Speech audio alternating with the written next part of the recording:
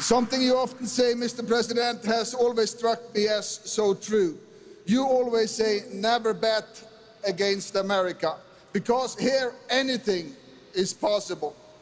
This shipyard has faced many challenges over the years, including a pandemic, but we persevered, and today we have more than 1,500 people building the best ships in the country, and in the next several years, we will graduate 200 plus homegrown apprentices into our family. America truly is a great country. So from the bottom of my heart, thank you, Mr. President, and please know that you are always welcome in our shipyard. Thank you.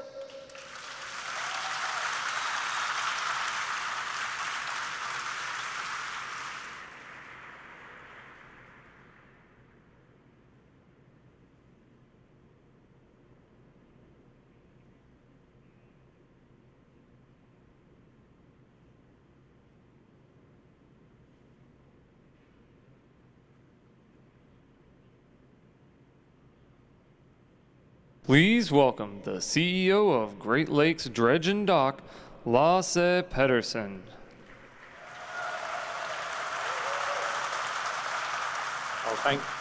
Well, thank you, Steinar. You are a hard act to follow, and I'm happy that we are here in your shipyard building our vessel, starting with the steel cutting today.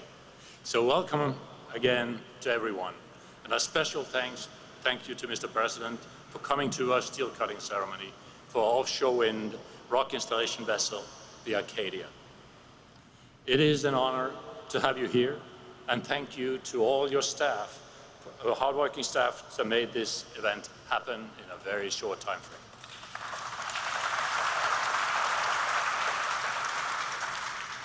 Today, Mr. President, we have cut the first steel for our vessel in support of your vision of cleaner, renewable offshore wind energy for the nation, and representing a US $300 million investment for our company.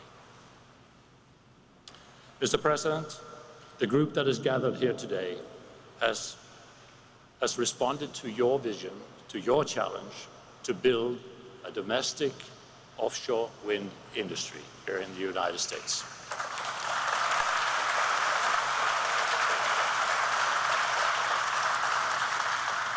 This new domestic industry will support new generations with sustainable, renewable energy and with employment for US union crews working in the steel mills producing the steel for the vessels, at the quarries producing the rocks for the offshore wind turbine foundations, at the ports loading our vessels, and the marine crews operating the vessel for the next 30 years, generated an estimated $3.5 billion of economic activity for the life of the ship.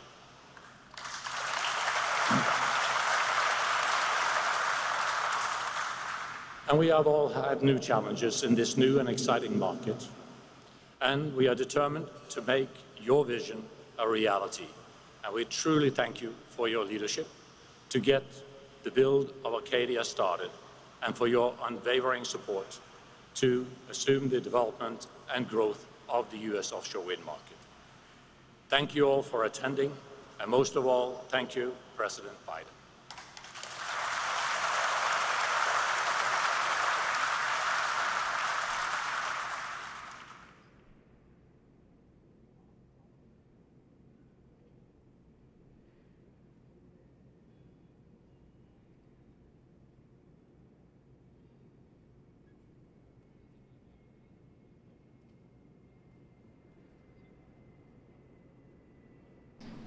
Please welcome Mayor Jim Kenney.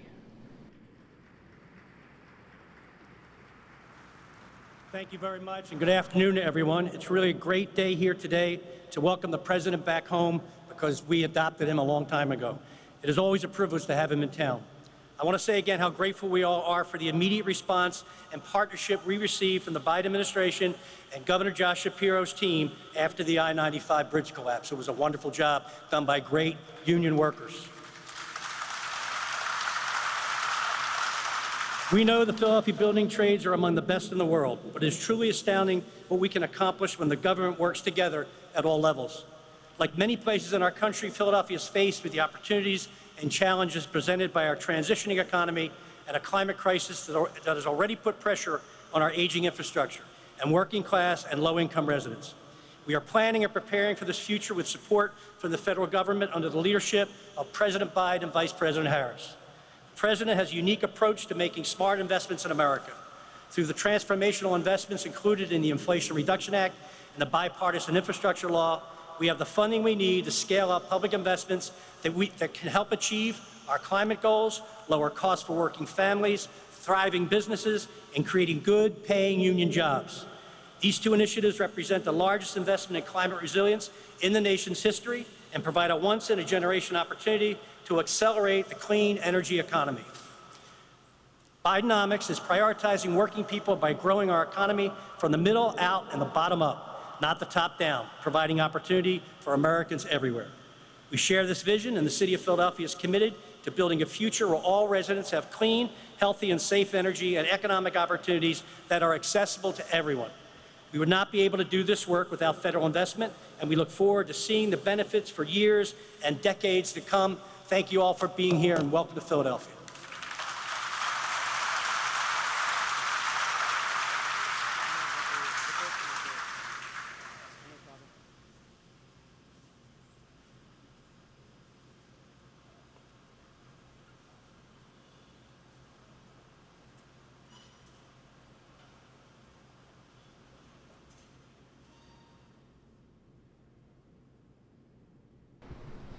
Please welcome Congresswoman Mary Gay Scanlon.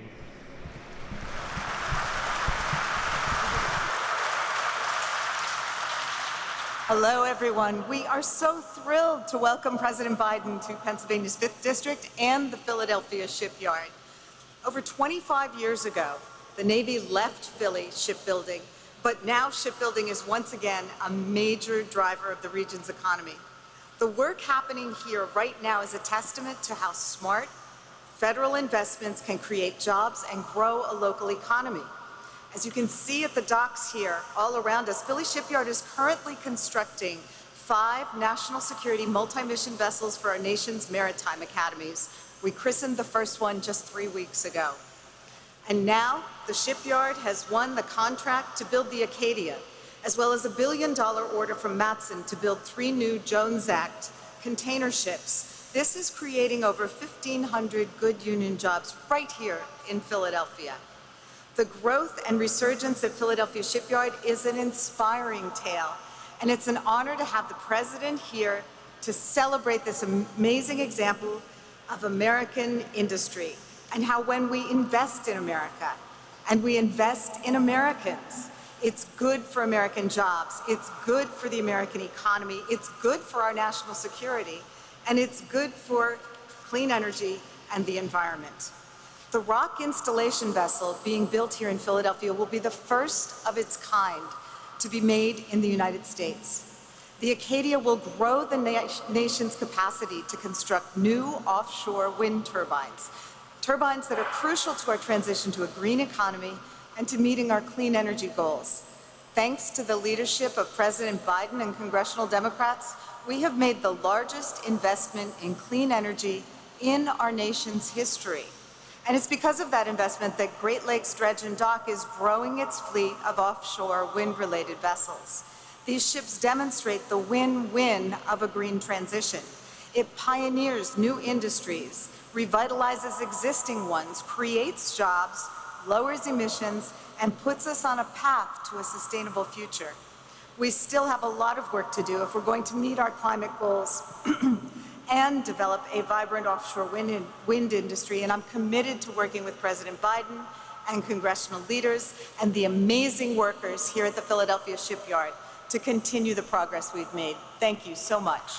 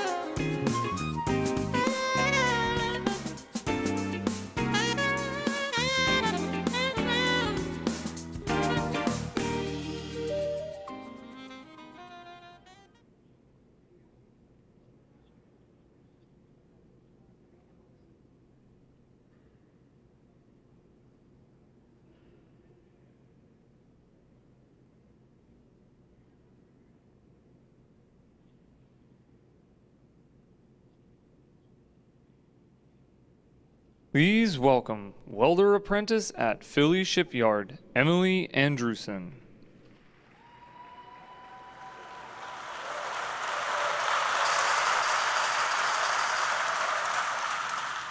Good afternoon. My name is Emily Andrewson, and I am a welding apprentice here at Philly Shipyard.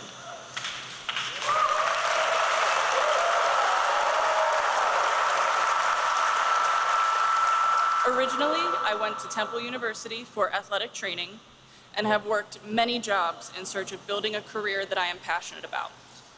When I lost my job during the COVID-19 pandemic, I enrolled in welding classes at Delaware County Community College, where I was introduced to the apprenticeship program at Philly Shipyard. During my time here, I have mainly worked in the final stages of the production line, where smaller sections of the ship are welded into massive blocks, which can weigh up to 600 tons. Like many families in the Philadelphia area, I have parents and siblings employed in the trades. In fact, my grandpa, John Andrewson, was once employed here at the former Philadelphia Naval Shipyard as a specialist in steel carpentry. He was a chief warrant officer in the U.S. Navy, serving from 1916 to 1946 during both World Wars.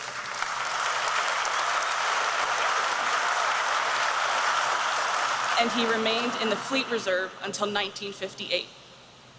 My family, as many others, continue to benefit from careers in the skilled trades. Thanks to President Biden, things are looking better and better for workers like me. We're seeing investments, including here at the Philly Shipyard. We're seeing more good-paying jobs being created, union jobs.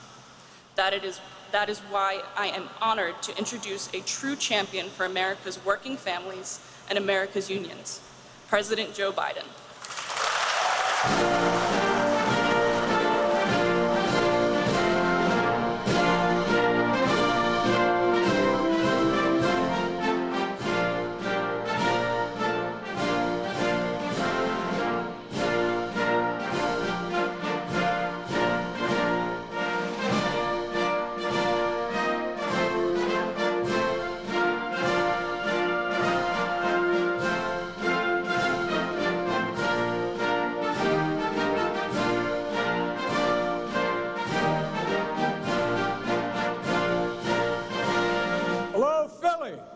Have a seat if you have one.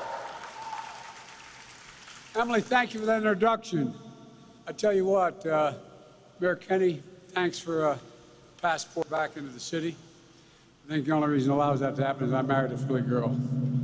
You know, I can't be here today, but I want to thank Governor Shapiro, who's doing a hell of a job, to my friend Senator Bobby Casey and Senator Fetterman, who have been such great partners to me. Folks, I want to also thank Representative Mary Kay Scanlon, who fights so hard for this district, and the other members of Congress, Brendan Boyle, Chrissy Houlihan, Madeline Dean, Joe Courtney. I tell you, Donald Norcross, by the way, Donald from across the way. You know, I always kid Donald when, Mr. Mayor, I say, you know, Delaware is small, so we have to fight for every inch of territory. So there was a debate on whether Delaware, the state of Delaware, owned the Delaware River along the Delaware shore up to the high water mark in New Jersey. And they said no. We went to the Supreme Court. They got something right. They said, yeah, we do. Anyway, I always kid out all the time. Folks, look, before I begin, I want to say that we're praying for those who lost their lives in the flooding in Bucks County. The idea that there's not global warming, I think, can't be denied by anybody anymore. And at any rate, we're grateful for all the first responders. Continue to look for a 2-year-old Maddie and her baby brother Conrad. With the grace of God, maybe something will come of it. I want to thank Governor Shapiro and all the Bucks County officials and their leadership during that tragic time. We provided all we could from FEMA, but there's a lot to be done. I'm here today to talk about what we're doing to invest in America, invest in Pennsylvania, invest in our clean energy future, and to talk about the progress we made building an economy from the middle out and the bottom up. You know, I came to office determined to strengthen the middle class. I often say, and I mean it sincerely, you know, Wall Street, good folks down there, but they didn't build the middle class. They didn't build America. The middle class was built by the middle class, and the unions built the middle class, and to change the economic direction of this country. Because I got tired of trickle-down economics. I've never been a big fan. If the wealthy do very well, I'm a capitalist. I like the wealthy to be able to people be wealthy. But if the mere fact they do well doesn't mean everybody else does well. I watched my dad growing up. There's not a whole lot of benefit trickle down on his kitchen table as a consequence of trickle-down economics to what everyone from the Financial Times and Wall Street Journal has become my different philosophy. I don't think they started off trying to be complimentary, but they started calling them Bidenomics. And our plans work in Bidenomics. We're here. Here's what it looks like. We're 13 million new jobs built across the country, nearly 500,000 of them here in Pennsylvania just in the last 2.5 years. 800,000 manufacturing jobs, 28,000 here in Pennsylvania alone in the last 2.5 years. That's more jobs in 2 years than any president has created in a 4-year term. Unemployment is below 4%, the longest stretch of unemployment below 4% in the last 50 years. We're beginning to come back, folks. Because we're giving workers a chance. Unemployment's down, but to the surprise of a lot of economists, so is inflation. Remember the story? In order for inflation to come down, you got to cut wages for hard-working folks. You got to have unemployment up in order for inflation to come down. Well, guess what? I never bought that. I don't think the problem in America is too many people are working or the people are making too much money. Instead, we focused on getting Americans into the workforce by fixing a broken supply chain, lowering the cost of product from everything from health care to the products we purchase. Fact is, companies made record high profits during the pandemic. And by the way, I'm not opposed to companies. I come from the corporate capital of the world. More corporations incorporated in Delaware than every other state in the union. But everybody should pay their fair share. Everybody should pay their fair share. Now they're coming down, and so is inflation. They need to keep bringing it down, the markups and the margins of the profits. It's one thing to make a profit, it's another thing to be excessive. You know, this is one of the most important ways to continue to make progress on inflation. We have to do more. Inflation has slowed every single month in the last 12, on a yearly basis for the last 12 months. How many times you read that a recession's coming? Even Wall Street today said, no, they don't see a recession coming now. It's the lowest point in inflation, the lowest point in over 2 years. The U.S. has the lowest inflation rate of any major economy in the world, the so-called G7. It's less than 2/3 of what it was a year ago, down from 9% to 3%, and going to go down lower. At the same time, pay for low-wage workers has gone up at a faster pace than over 2 decades. Wages are growing faster than inflation. That means a lot of working folks are beginning to be able to have a little bit of breathing room. According to the surveys, job satisfaction in America is at a 36-year high. We got more work to do. But people are coming off the sidelines to work. The share of working-age Americans in the workforce is as high as it's been in 20 years, including during every single day under my predecessor. And folks, it's not an accident. It's my economic plan in action. It's Bidenomics. Since I took office, we've attracted over $500 billion in private investment in American manufacturing and clean energy. That's what's been attracted to engage in these issues. Instead of exporting jobs, it used to be find the cheapest market in the world, send the job overseas and bring the product back. Not on my watch. What here we're doing, we're creating jobs in America and we're exporting American products. With the leadership of your Democratic members of Congress, we passed the Inflation Reduction Act, although a few Republicans did support it. The largest investment to combat climate ever, anywhere in the world. Over $368 billion. We know the urgency. I don't hear many naysayers on climate deny the floods, the heat waves, the wildfire smoke impacting so many Americans. Just this week alone, it's just spontaneous. We also have solutions. A lot of my friends in organized labor know when I think climate, I think jobs. I think union jobs, not a joke. Not a joke. This law is creating millions of good-paying, clean energy manufacturing jobs, including offshore wind. When I took office, I set a goal of producing 30 gigawatts of offshore energy wind by 2030. 30 gigawatts is enough to power 10 million homes. It'll help put us on a path to 100% clean energy by 2035. By 2035, all of the electricity you turn in is all going to be clean energy. It's not hypothetical. Construction is already underway in 2 major projects off the East Coast. And just within the last month, the Department of Interior advanced permitting on 2 more wind projects on the East Coast. And here in the Philly shipyard, Great Lakes Dredge and Dock is also stepping up to help meet the clean energy goals. Here today, workers in 9 different unions will start building a vessel called the Acadia. It's going to place heavy rocks at the base of the offshore wind projects to stabilize them when they put these down. And it's going to protect it against erosion. Be the first vessel of its kind that's made in America, American-owned, American-operated. And the rocks will come from American quarries. And it'll be loaded at American ports. Steel for vessels being made by the United States Steelworkers in Indiana. The engine will be made in the United States Electrical, Radio, and Machine Workers in Pittsburgh. The crew is going to be American Marine mariners from Seafarers International Union. The turbines themselves will be as tall as the buildings in Center City, Philadelphia. That's how big they are. And the blades, 110 yards long. I went to see them being made in Colorado. It's breathtaking. And I might add, notwithstanding what the other guy said, windmills do not cause cancer.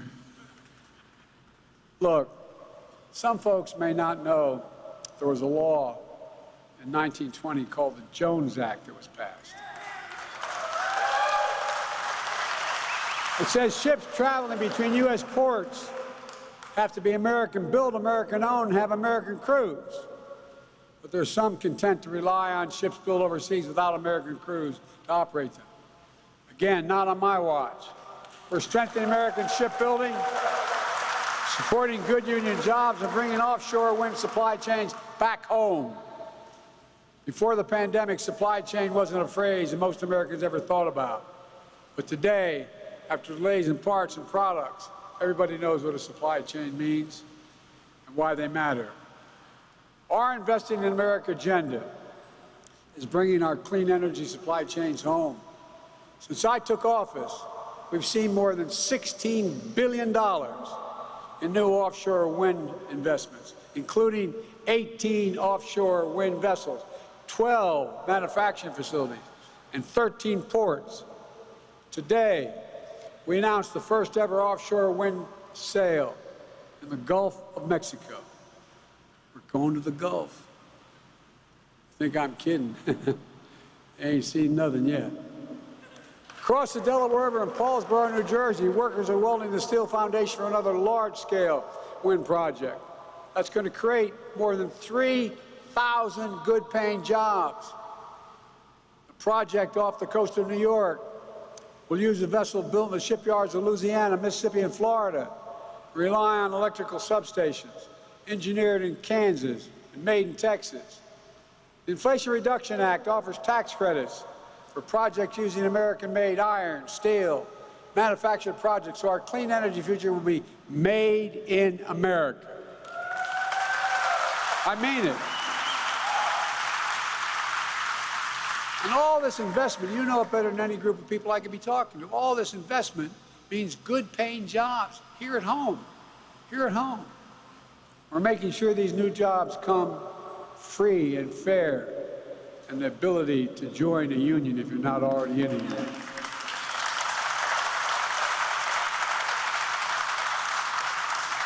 I made a commitment that I'd be the most pro-union president in American history. And I'm keeping that promise. Let me explain why. I met with the Business Roundtable, the leading businessmen in the nation. And they asked me why. I said, because it's good for you. I tell business all the time, union workers are the best in the world. You don't just say, by the way, I want to be an electrician. Here's my license. The young woman you just heard, she's not an electrician, but guess what? 4 to 5 years of apprenticeship. It's like going back to school. It's like going to college for 4 years. You do the job right, they do it on time, and long term it costs less than non-union labor. And here at the Philly shipyard, over 1,000 union workers will be employed on site, like metal workers, boiler makers, electricians. In fact, this shipyard runs an apprentice program giving workers the skills to do these jobs. They can earn up to $100,000 a year, and you don't need a college degree. Just a few years ago, this shipyard was down to a handful of workers. As these guys know, I've been coming here for a long, long time, since 1973, when it was a Navy shipyard. And a lot of us wondered whether it would still be here, didn't we? A lot of us wondered 15, 10, 12 years ago. Well, let me tell you, it's coming alive again. Just this week, my administration completed a review of a potential wind project off the coast of Rhode Island and Connecticut. It's part of the National Project Labor Agreement with the building trades. And I want to thank the AFL-CIO President Liz Shuler for personally getting that done. Together, we're transforming the country, not just through manufacturing, but also rebuilding our infrastructure. We need to have the best infrastructure in the world if we're going to lead the world. We used to be number 1. We now rank number 13 in the world. Highways, bridges, how can we be number 1 in the world? Economically. You can have the best economy without having the best infrastructure. So the bipartisan infrastructure law, which a number of our colleagues did vote for on both sides of the aisle, I've already announced 35,000 projects in 4,500 communities all across America, proving we can do big things. By the way, right here in Philly, we're going to build $1 billion tunnels underneath the water as you go from Amtrak station heading north. It's going to increase the speeds of trains. Be able to go through it 100 miles an hour instead of 30. And guess what? When you get to point A to point B and you can do it on rail and leave your car home, people leave their cars home. Saves money, saves the environment.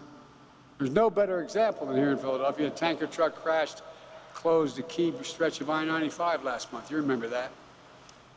150,000 vehicles cross that part of the highway. 150,000 every single day.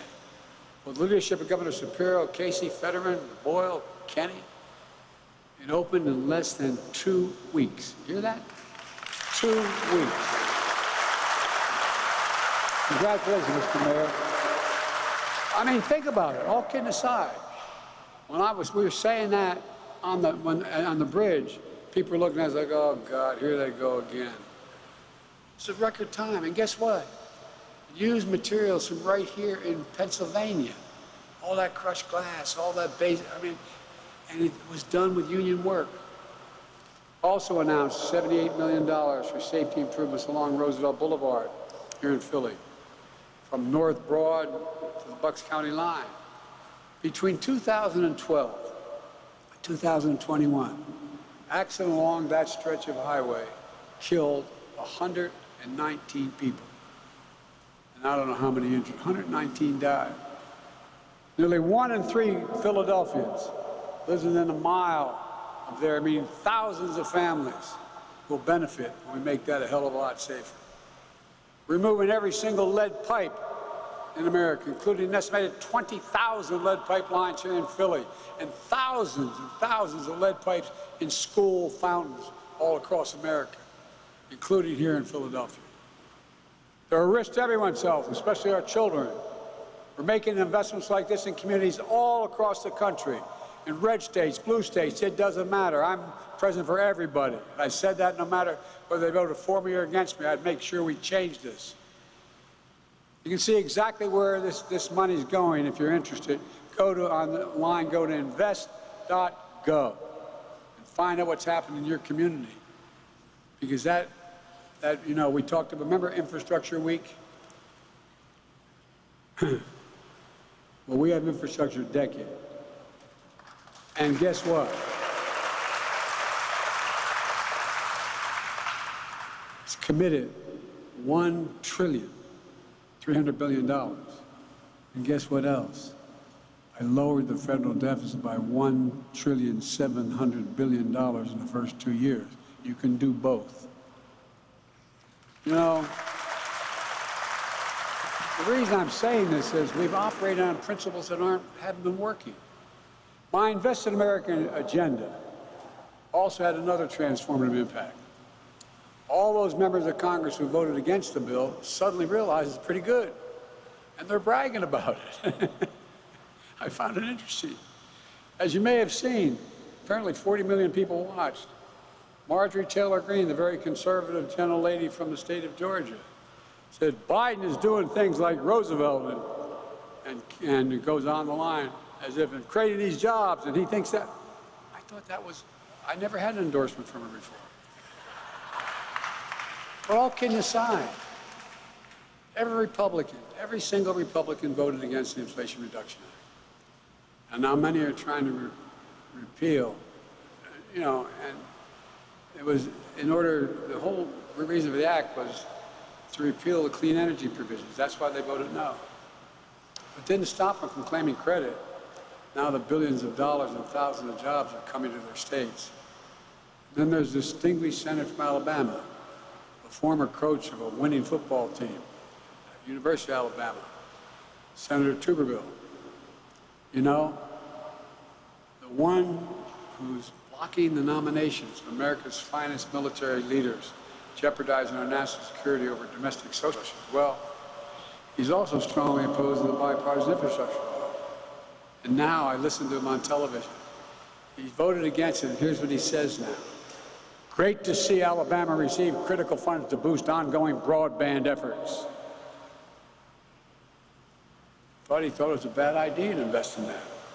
But now it's coming to Alabama, and hot damn boy, it's a good thing.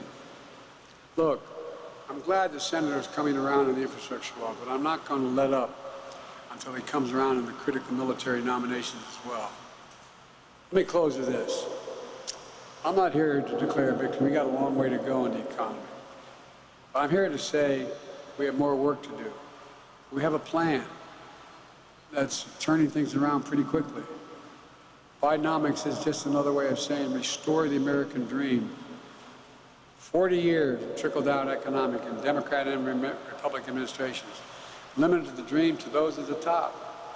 But I believe every American willing to work hard should be able to get a job no matter where they live, in the heartland, in a small town, in big cities, to raise their kids on a good paycheck, keep roofs over their head where they grew up, be able to stay there. My dad used to have an expression, and I swear to God this was an expression, as kids growing up. This is how he'd say, Joey, a job's about a lot more than a paycheck. It's about your dignity. It's about your dignity. It's about respect. It's about being able to look your kid in the eye and say, honey, it's going to be okay. And he meant it. He never got to go to college, but he meant it. He worked like hell. Jobs are about dignity. That's the American dream. That's Bidenomics, and rooted in what always worked best for this country. Investing in America. Investing in Americans. Because when you invest in our people, you strengthen the middle class. We see stronger economic growth that benefits everybody. The rich still do very well, and they should be able to do well. When I-95 shut down last month, nobody thought we'd have the back open in less than 2 weeks. But with American ingenuity, American workers, we proved everybody wrong. I don't know about you, but it filled me with pride about what we can do when we work together. We work together on that project. The same will be true here in Philly Shipyard with the clean energy future we're building all across America. It will be transformational. And for thousands of families who rely on good jobs for these projects create. It means restoring a sense of pride, a sense of hope, a sense of dignity that got lost somewhere along the way. For the longest time, we've been told to give up on manufacturing in America. How many times have you heard, read the paper the last 25 years, we can never lead the world of manufacturing again? Well, we are and we will. We'll never believe that. I've never believed it, and I don't think most of you did. This nation used to lead the world of manufacturing. We're going to do it again. I know the people of this country, and I can say honestly, I have never been more optimistic about America's future than I am this very day. I swear to God. I've long said to other world leaders, I know almost every one of them personally, met them, it's never been a good bet to bet against America. It's never, never, never. We just have to remember who we are. We're the United States of America, and there's nothing beyond our capacity if we work together. So God bless you all, and may God protect our troops. This is a new day. We're more work to do. We're going to get it done. Thank you.